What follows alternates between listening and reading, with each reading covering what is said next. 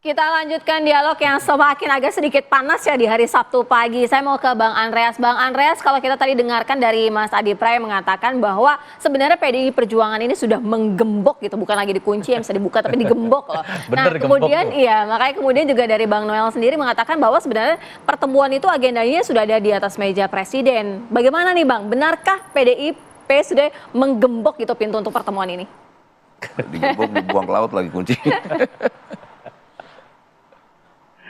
Ya, kalau dari pernyataannya Bung Noel tadi kan monyet aja mau diketemui, kenapa nggak bisa datang untuk bertemu aja nggak bisa gitu. Apalagi agendanya sudah ada di atas meja gitu kan.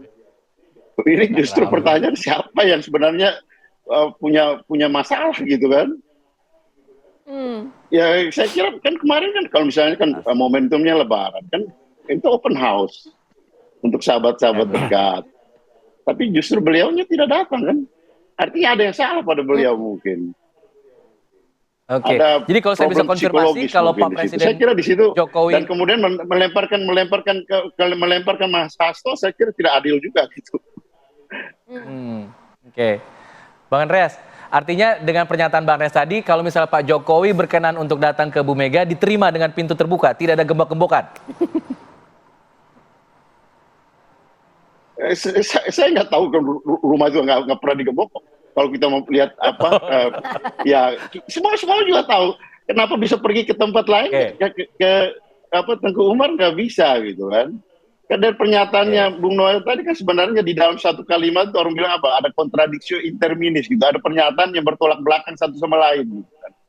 Di satu pihak bilang mau, yang maunya tadi mau diketemuin, tapi di pihak yang lain datang aja nggak mau gitu. Ini kan kontradiksi gitu kan. Jadi dalam pernyataan di dalam satu statement pernyataan ada ya pertentangan antara satu kalimat dan satu frase dan frase yang lain gitu. Baik. Ya, problemnya ada di mana gitu. Kan kita semua tahu gitu kan. Ya, Bang. Gimana Bang? Ini masalahnya bukan di Bu Mega. Bu Mega buka-buka aja sebenarnya. Tinggal mau datang kalau saling tunggu nggak ketemu-ketemu Bang, kenapa nggak jalan langsung? Saya konfirmasi sekali lagi bahwa pertemuan Pak Jokowi dengan Bu Mega itu sudah di atas mejanya Pak Jokowi. Pertama itu. Kedua, Pak Jokowi sampai detik ini yang ada di kepala dan hatinya, Bu Mega itu adalah mentor ideologinya beliau. Mentor ideologi ya, itu mungkin ada di kepalanya artinya bayangkan itu bentuk penghormatan dan penghargaan beliau.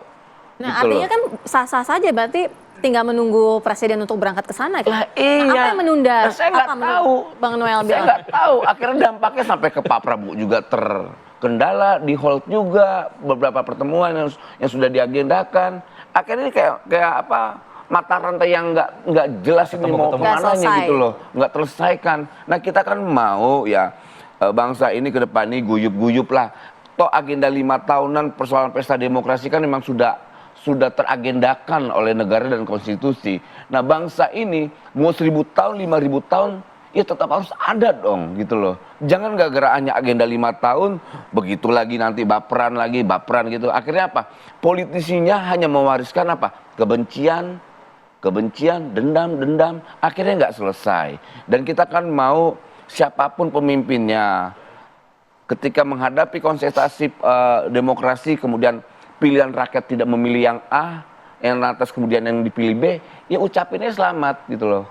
Karena saya tidak mau melihat dalam kontestasi politik ini memakai istilah kalah menang, saya nggak mau. Karena memang bukan dalam ring tinju gitu loh.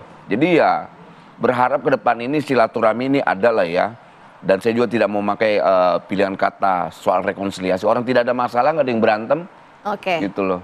Mas Adi Pray, kalau tadi bilang Bang Andreas bilang sebenarnya fine-fine aja gitu, rumah nggak digembok. Nah artinya kalau misal dari pengamatan Mas Adi Pray, sebenarnya ini akan terjadi paling tidak pertemuan dalam waktu dekat, atau jangan-jangan nunggu dulu hasil dari Senin 22 April? Saya kira butuh waktu sekitar 50 tahun. Lama banget. Saya menghitungnya. Itu kayak udah kelar banget semua ya. Saya menghitungnya pertemuan antara SBY dan Bu Mega itu kan butuh 25 tahun. Itu pun tidak terjadi. Saya coba kali lipatkan. Jadi Pak Jokowi kalau mau bertemu dengan Mbak Mega, rasa-rasanya minimal 50 tahun. Minimal 50 tahun loh. Bang Andreas Kan per hari ini Megawati dengan Pak SBY nggak pernah ketemu. Iya, Secara official dipertemukan sebagai rivalitas politik yang terjadi sejak 2024. Sejak 2004 maksud saya. Jadi Pak Jokowi yang anggaplah luka politiknya dengan PDIP itu terbangun sejak 2024, ya saya kira hitung dari sekarang.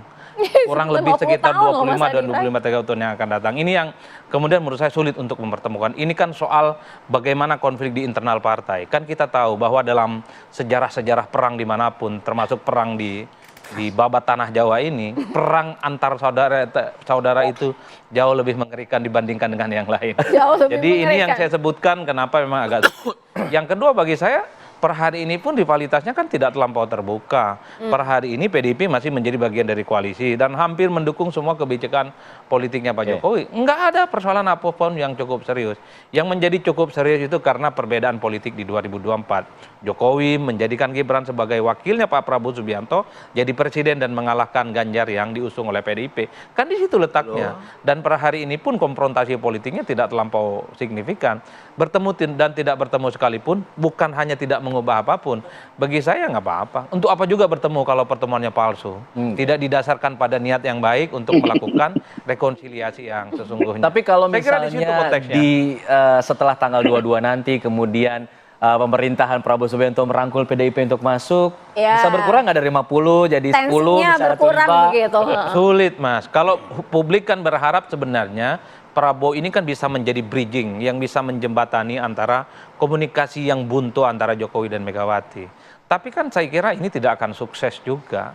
Jokowi 2 kali jadi presiden tidak mampu menjembatani antara Megawati dengan Pak SBY. Betul.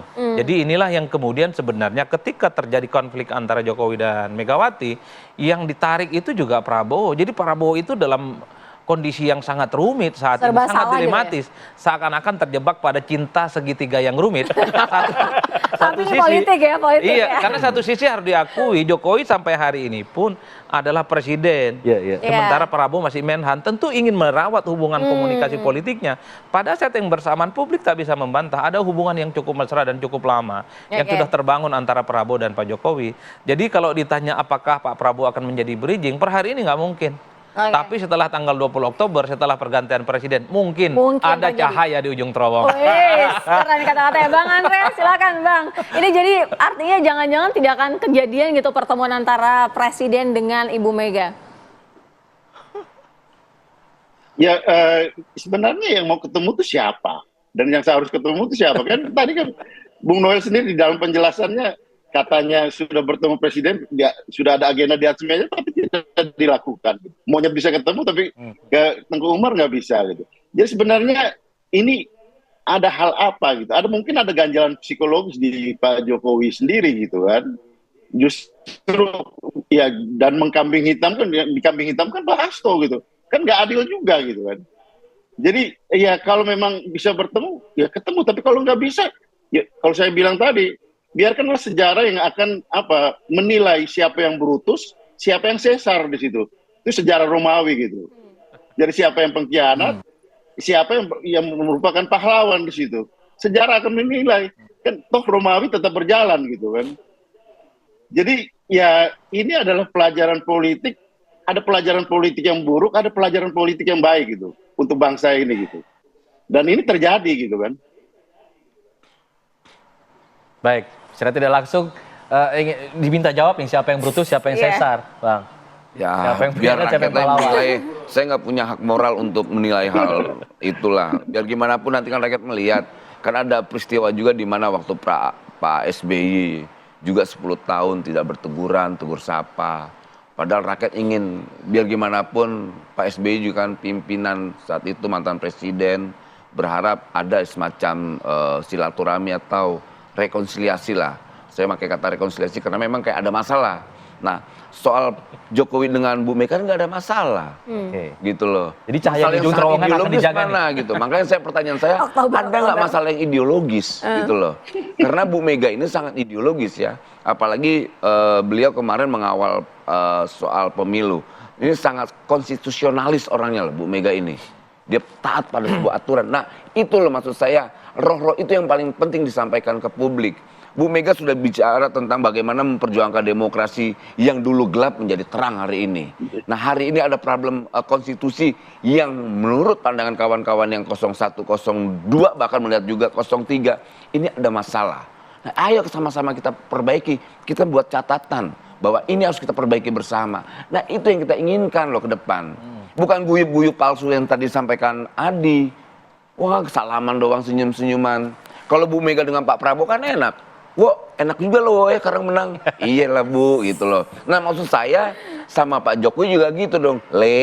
Ayo ke rumahku main, makan lagi yuk. Jadi perlu ada kode-kode ini, kayaknya gitu loh. ya untuk lebih lanjut ada makanan ya. enak di meja saya, kan enak kayak gitu-gitu loh. Memang tidak ada perbedaan secara ideologis ya. Ini kan persoalan secara politik aja. Nah, Ketika manuver yang dilakukan oleh Jokowi merestui Gibran maju Pilpres, kan itu letak huru-hara dan gempa bumi politiknya.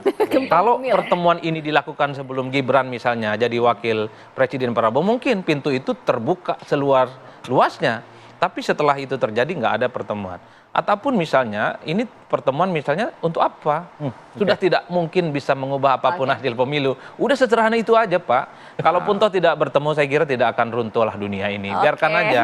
Ini menjadi luka politik yang entah kapanpun akan ada obatnya. Waduh, luka Insya Allah politik ya. kalau Pak Jokowi dan Bu Mega tidak bertemu, mungkin anak-anak di bawahnya akan bertemu. Nah. Wah, menarik sekali, kita Kodenya akan tuh tunggu. ya, mungkin Kita akan ya. tunggu apakah cahaya di ujung terowongan ini akan Benar. tetap terjaga atau redup dengan sendirinya padam di kemudian hari. Terima kasih semuanya. Terima kasih Bang Mas Noah. Adi Pray, Terima kasih Bang Mas Noel. Adi Pray. Terima kasih Bang Andreas Terima sudah kasih, bergabung. Bang.